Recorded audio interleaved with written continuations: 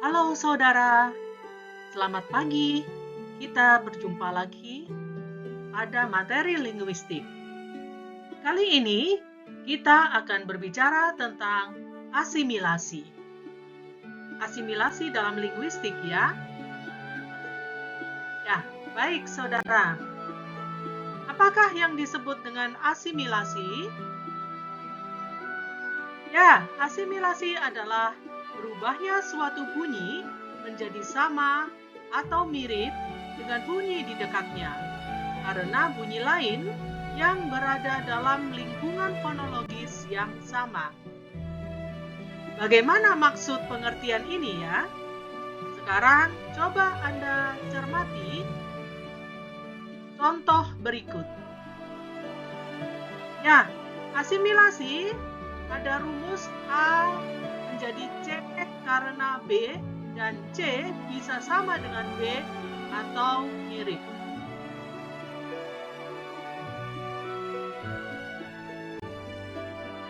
Nah, saudara, ini adalah contoh asimilasi. Rumusnya tadi adalah A menjadi C karena B. Sekarang ada morfem terikat atau ada al ya, dalam bahasa ini contohnya adalah al-salam dalam bahasa Arab. Ada al yang kemudian dibubuhkan pada dasar salam menjadi as-salam. Jadi ini ada al yang dibubuhkan pada dasar salam. Hasilnya kata yang terbentuk adalah as-salam. Apakah yang berubah? Ya, betul. Yang berubah adalah bunyi al menjadi bunyi as. Bagaimana proses ini terjadi? Sekarang kita lihat ya saudara, ini adalah bunyi al, bunyi as, dan ini bunyi as. Al adalah A, as adalah B, dan ini bukan di A ya, ini as. Ya, jadi al adalah A, as adalah B, dan as adalah C. Berikutnya, berarti dari sini A menjadi C karena B. Maka al menjadi as karena as. Nah, maksudnya bagaimana? Jadi, al ini berubah atau bunyi al berubah menjadi bunyi as karena bunyi as yang ada di dekat al. Sebab itu, C sama dengan B. Jadi, as ini adalah C sama dengan B. Itu sama-sama as.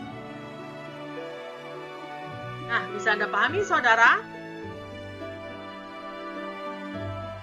Jadi, A adalah bunyi yang berubah, B adalah bunyi yang mempengaruhi, dan C adalah hasil perubahan atau A yang sudah berubah. Berikutnya,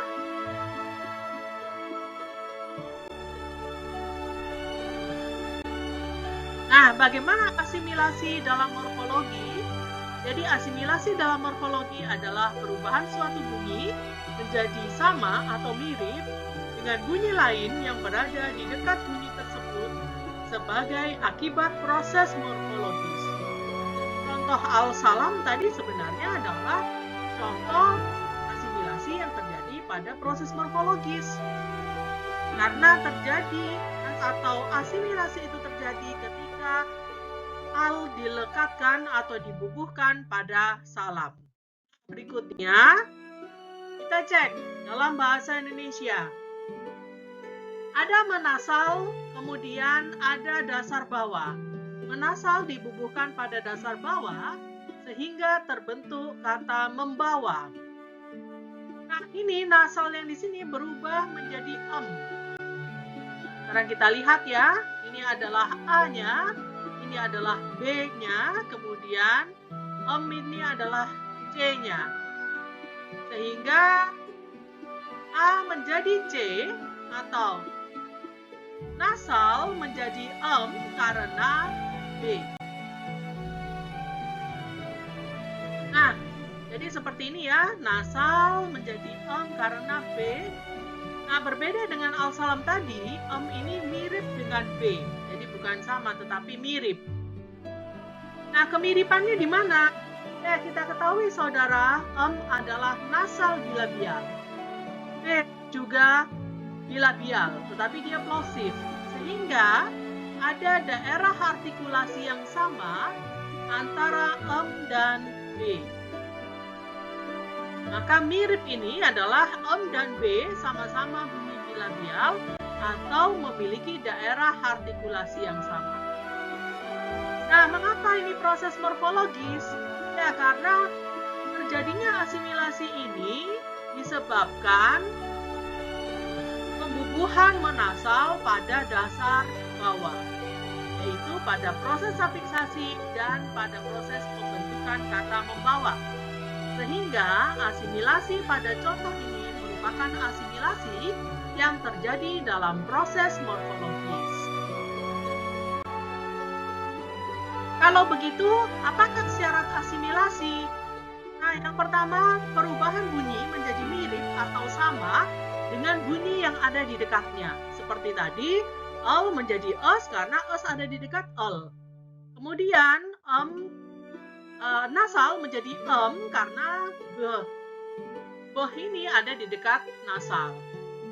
Kemudian, bunyi yang berubah memiliki kedekatan fonologis dengan bunyi yang mempengaruhi perubahan tersebut. Kedekatan fonologis itu apa ya? Ya, saudara, kedekatan fonologis itu bisa daerah artikulasi yang sama, bisa cara artikulasinya, dan sebagainya.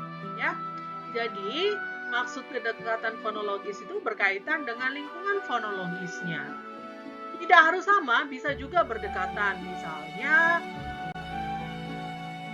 palatal dengan velar. Nah, ini kan dekat ya.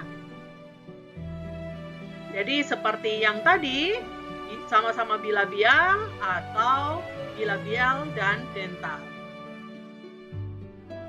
Kemudian, bunyi yang mempengaruhi dapat berada sebelum atau sesudah bunyi yang dipengaruhi.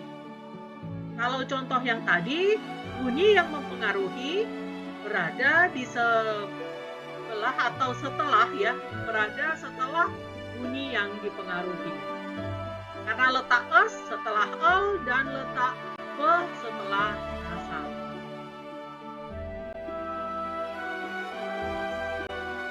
Nah, berdasarkan itulah saudara, maka terdapat jenis asimilasi yang sering terjadi ya. Yang pertama adalah asimilasi regresif, yaitu bunyi yang mempengaruhi perubahan bunyi tersebut terletak di belakang atau setelah bunyi yang dipengaruhi. Asimilasi progresif berarti bunyi yang mempengaruhi perubahan terletak di depan atau sebelum bunyi yang dipengaruhi. Asimilasi total adalah bunyi yang berubah menjadi sama dengan bunyi yang mempengaruhi perubahan. Lalu bagaimana dengan asimilasi parsial? Ya, asimilasi parsial adalah bunyi yang berubah menjadi mirip dengan bunyi yang mempengaruhi perubahan. Nah, ini adalah contoh asimilasi progresif sekaligus contoh asimilasi parsial. Coba Anda cermati ya. Ini contohnya kebetulan dalam bahasa Inggris. Jadi ada kapten, ketika disingkat atau diperpendek, ini dalam ragam bahasa Inggris ya. Ketika diperpendek menjadi kapten.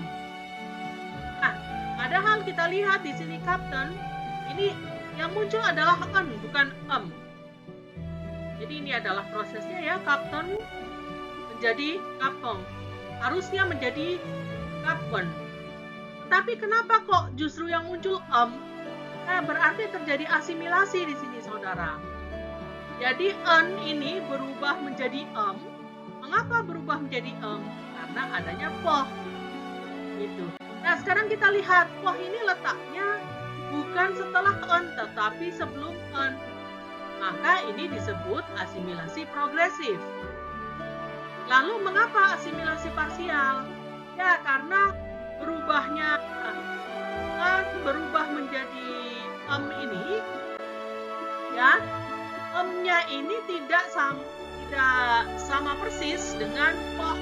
Jadi bukan, ini kan poh ya, bukan ya, bukan menjadi bukan dengan tetapi dengan poh. Nah, maka ini hanya mirip. Miripnya apa? Daerah artikulasinya sama. Maka ini disebut asimilasi parsial. Nah, seperti ini ya saudara.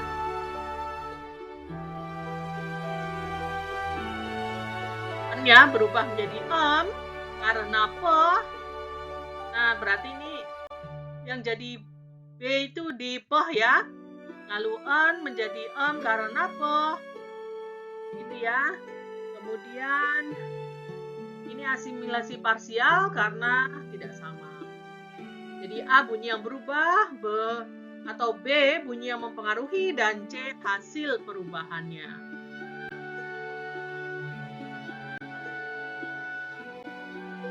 Berikutnya, saudara. Ini adalah contoh asimilasi regresif dan sekaligus contoh untuk asimilasi total. Nah, cermati ya, ini contoh yang sama sebenarnya dengan yang sebelumnya tadi, yaitu al-salam. Kita lihat bahwa al berubah menjadi es, ya. Al berubah menjadi es karena es. Sekarang kita lihat letak al atau letak A ini ya, kemudian diikuti dengan B. Jadi letak B ini setelah A. B adalah bunyi yang mempengaruhi. Jadi letak bunyi yang mempengaruhi itu setelah bunyi yang berubah. Maka ini disebut asimilasi regresif. Kenapa kok total? Karena al ini berubah menjadi sama dengan bunyi yang mempengaruhi, yaitu es. Nah, jadi C sama dengan B, maka itu total. Ya, saudara, jadi itu contoh asimilasi regresif sekaligus contoh asimilasi total.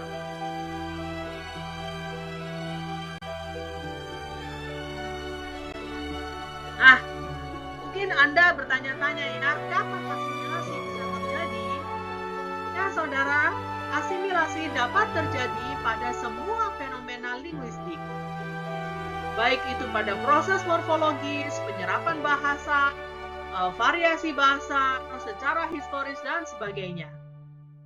Selama terjadi perubahan bunyi, dan perubahan bunyi itu menjadi mirip atau sama dengan bunyi yang mempengaruhinya, maka itulah terjadi asimilasi.